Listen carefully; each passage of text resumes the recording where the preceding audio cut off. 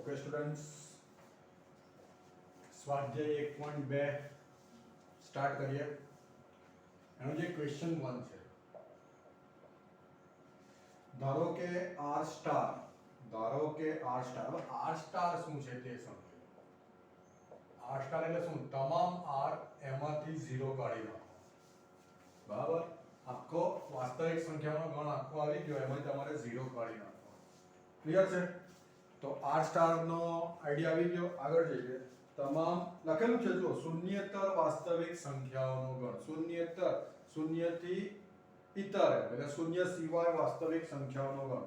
સાબિત કરો કે વિધેય f આર સ્ટાર થી આર સ્ટાર બરાબર fx વડે fx બરાબર 1/x વડે વ્યાખ્યાયિત વિધેય f11 અને વ્યાપ્ત છે. f11 અને વ્યાપ્ત છે. તો જેટલું પોસિબલ હશે તે આપણે ફોર્મ્યુલાનો યુઝ કરીશું, અથવા તો જે વાત ફોર્મ્યુલાથી મજા નહીં આવે તે આપણે બેઝિક વાત કરીશું. ઓલરાઈટ, તો સૌથી પહેલા આપણે x1 x2 belongs to r star. Alright, r star આર્યો એમાંથી લઈએ. બરાબર, જો fx1 બરાબર fx2 હોય, fx1 એટલે 1/x1 થશે આના પ્રમાણે, અને fx2 એટલે 1/x2 બરાબર. x2 આ સાઈડ જતું રહેશે અને x1 આ સાઈડ જતું રહેશે. મતલબ શું થાય છે? x1 બરાબર x2. કહેવાનો મતલબ કે fx1 બરાબર fx2 હોય ત્યારે x1 બરાબર x2 થાય છે. માટે વિધેય 1 છે. હવે વ્યાપ્ત વિધેય માટે આપણે આમાં પ્રોપર કામ કરીએ. બરાબર, તો fx = 1/x. fx ને તમે y લઈ લો, પછી મેં તમને કીધું x ને કરતા કરવાનું. બરાબર, y તમારે લેવાનો છે સહપ્રદેશમાંથી અને x તમારો આવશે પ્રદેશમાંથી. એટલે કહેવાનો મતલબ y ની તમે કોઈ પણ વેલ્યુ સહપ્રદેશમાંથી લો તો x ની એવી વેલ્યુ પ્રદેશમાં છે કે નહીં એ તમારે ચેક કરવાનું. બરાબર છે? તો આપણે સિમ્પલ વેલ્યુ લો. y બરાબર આપણે લઈ લઈએ 0 તો લેવાનો છે નહીં. y બરાબર આપણે લઈ લઈએ ધારો કે 1. તો એના માટે x શું મળશે? 1 જ મળશે. એ તો આવવાનું છે, ઓબ્વિયસ જ છે આર સ્ટારમાં. આર સ્ટાર ની વાત આવે, આર જ છે પણ ખાલી 0 નથી એટલે આપણે એને આર સ્ટાર કહીએ છીએ. બરાબર, ધારો કે અહીંયા હું 3 લઈ લઉં તો x શું થશે? 1/3.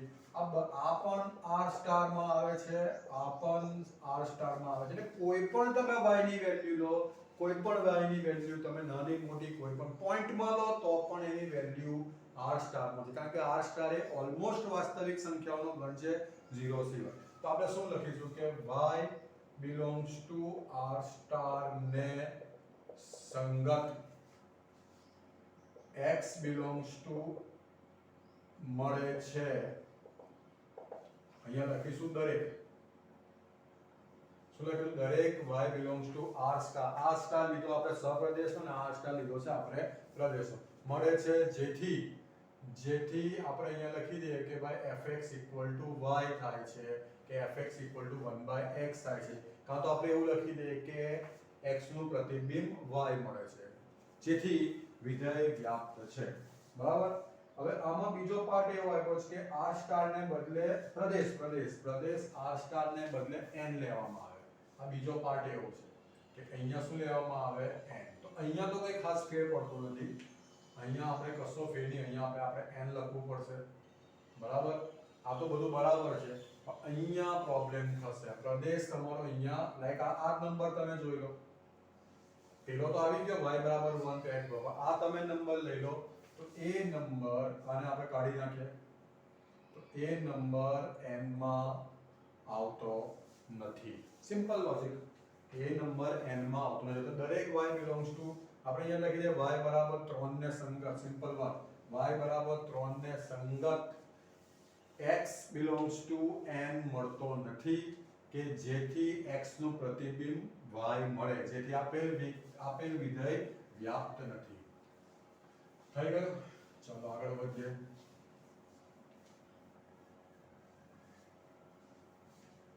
ઓકે, આજે બીજો ક્વેશ્ચન છે એટલે મેં તમને થિયરીમાં કરાવી દીધો હતો, તેમ છતાં આપણું સ્વાધ્યાય 1.2 આખું કમ્પ્લીટ થઈ જાય એના માટે ઇવન આ બીજા ક્વેશ્ચનનો તમે થર્ડ પાર્ટ લો તે લાસ્ટ લેક્ચરના ઉદાહરણ 11 માં પણ આવી જાય છે, એટલે આપણે એ ખાલી સ્કીપ કરી દઈશું. જોઈએ તો first f n tends to n fx બરાબર x2, બરાબર. ફટફટ કરી નાખીએ, બરાબર. સૌથી પહેલા આપણે x1 x2 belongs to n માટે fx1 બરાબર fx2 લઈ લઈએ તો મતલબ x1 સ્ક્વેર બરાબર x2 સ્ક્વેર થશે. થોડું રિવિઝન થઈ જશે, ઇમ્પોર્ટન્ટ ટોપિક છે, બરાબર. તો અહીંયા આપણે x1 બરાબર ખાલી પ્લસ x2 લખીશું. કેમ?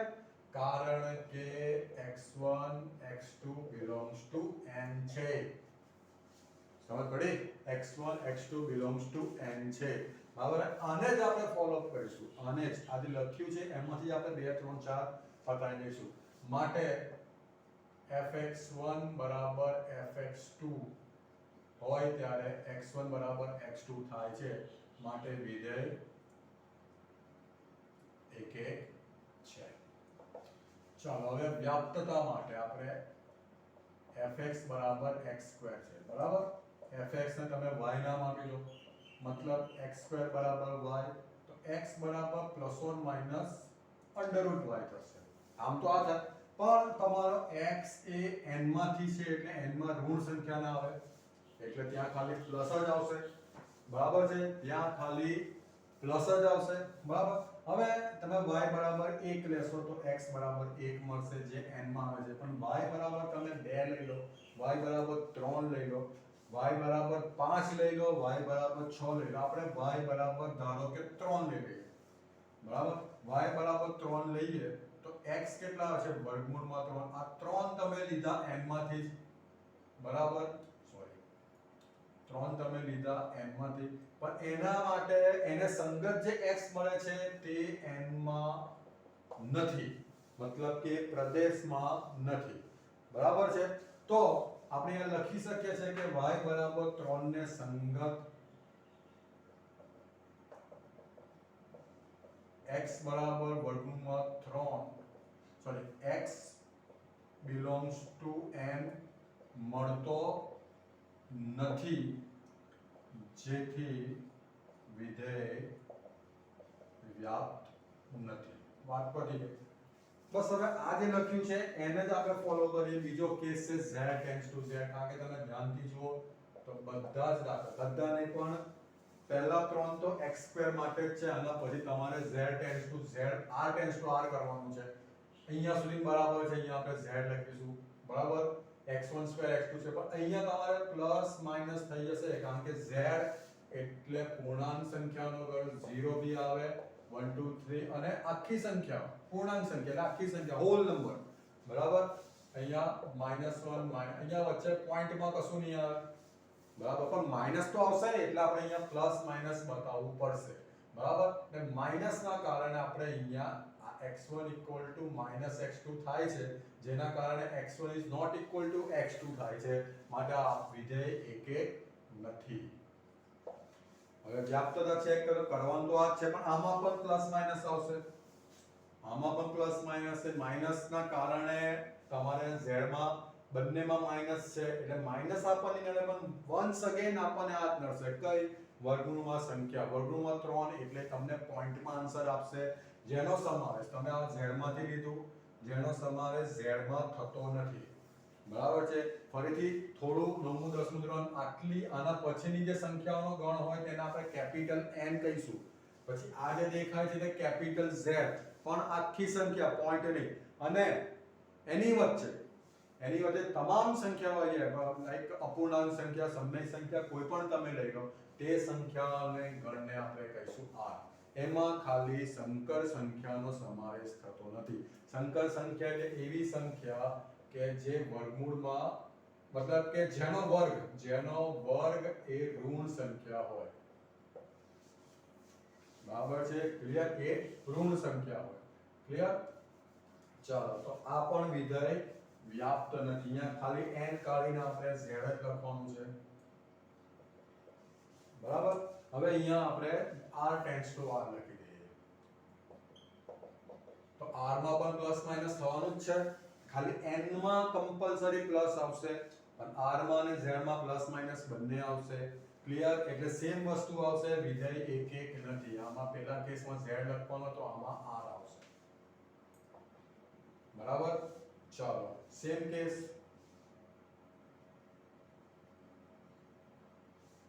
બરાબર?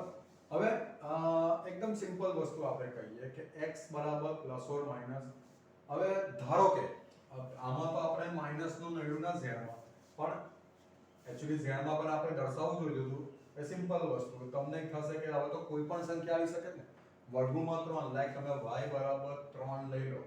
બરાબર? તો એના માટે x બરાબર પ્લસ ઓર માઈનસ, હવે આનો સમાવેશ તો r માં થાય જ છે કે 3.1 લઈ લો, 3.2 તો એનો પણ થશે. પણ એક વસ્તુ જે તમને મેં હમણાં બતાવી કે તમે ધારો કે ઋણ સંખ્યા લઈ લો જેનો સમાવેશ તો r માં થાય જ છે. હવે એને તમે આની અંદર મૂકી દો તો પ્લસ ઓર માઈનસ √-3, જે મેં તમને એક્ઝામ્પલ 11 માં સમજાવી દીધું ઓલરેડી. બરાબર? એનો સમાવેશ r માં થતો નથી. આ થાય શું એક્ચ્યુઅલી?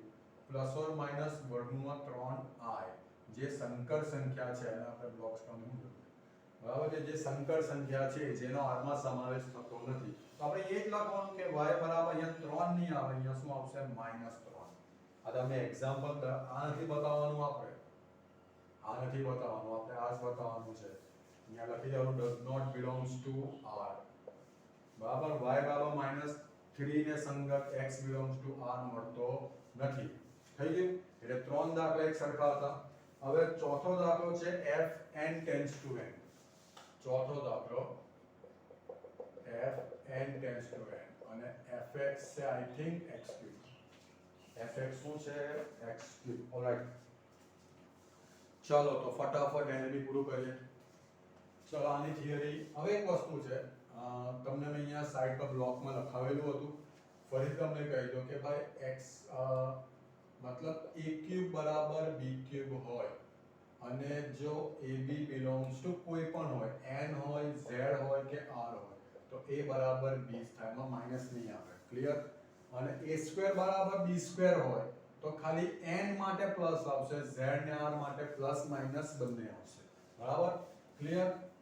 ચાલો તો આપણે અહીંયા લખી દઈએ કે ભાઈ x1 x2 belongs to n માટે જો fx1 બરાબર fx2 હોય તો અહીંયા x1³ બરાબર x2³ થશે. હવે belongs to n law, z લો કે r લો, x1 = x2 થશે જ. બરાબર? આ વાત આગળ થઈ ગઈ છે. એટલે કહેવાનો મતલબ કે fx1 બરાબર fx2 હોય ત્યારે x1 બરાબર x2 મળે છે, માટે વિધેય એક એક છે.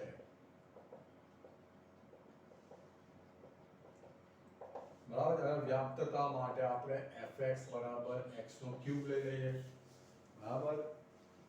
fx બરાબર x3 એટલે y બરાબર x³ થશે, એટલે કે x³ બરાબર y, તો x બરાબર y ની 1/3 એટલે ઘનમૂળ. ચલો એકનું ઘનમૂળ તો મળી જશે, લાઈક તમે y બરાબર 1 લેશો તો એના માટે x બરાબર 1 ની 1/3 1 મળી જશે. બરાબર? એનો સમાવેશ n માં થાય છે. પણ તમે y બરાબર 2 લઈ લો, ભલે n માંથી આવતો કે એને સંગત x મળતો નથી ભાઈ, એ 2 ની 1/3 થાય છે, જેનો સમાવેશ n માં થતો નથી.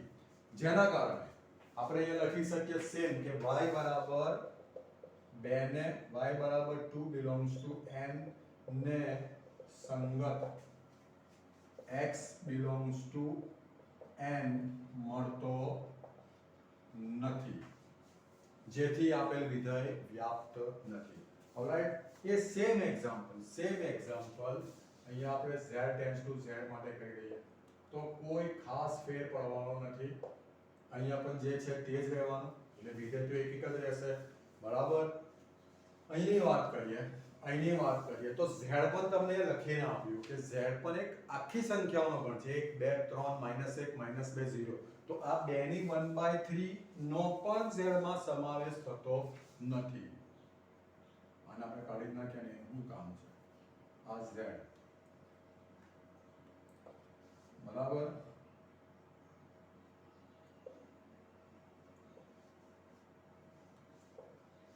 જેથી આપેલ વિધેય વ્યાપ્ત નથી. બરાબર, ચાલો આગળ જઈએ.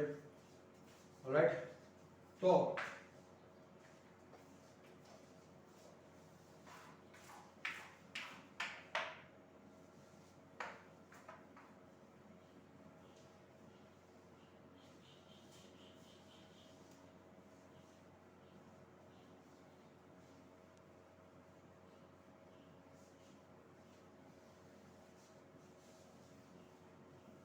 ઓકે, ક્વેશ્ચન નંબર 3 શું કહે છે? f r tends to r, f r tends to r, fx મહત્તમ પૂર્ણાંક એટલે જેને આપણે સીલિંગ ફંક્શન પણ કહીએ છીએ. બરાબર, કાં તો ગ્રેટેસ્ટ ઇન્ટીજર ફંક્શન પણ, એક પણ નથી અને વ્યાપ્ત પણ નથી. બરાબર છે. હવે અંદર તો થિયરી આપેલી છે પણ આપણને આ વસ્તુ 11મા ધોરણમાં આવી ગઈ છે. તમે કેટલું ધ્યાન આપ્યું છે ખબર? આપણે બે ફંક્શન લઈ લઈએ. આ છે તમારું સીલિંગ ફંક્શન અને આ છે તમારું આ તમારું ફ્લોર ફંક્શન. આ ફ્લોર ફંક્શન છે ને આ સીલિંગ ફંક્શન છે. બરાબર છે, ક્લિયર?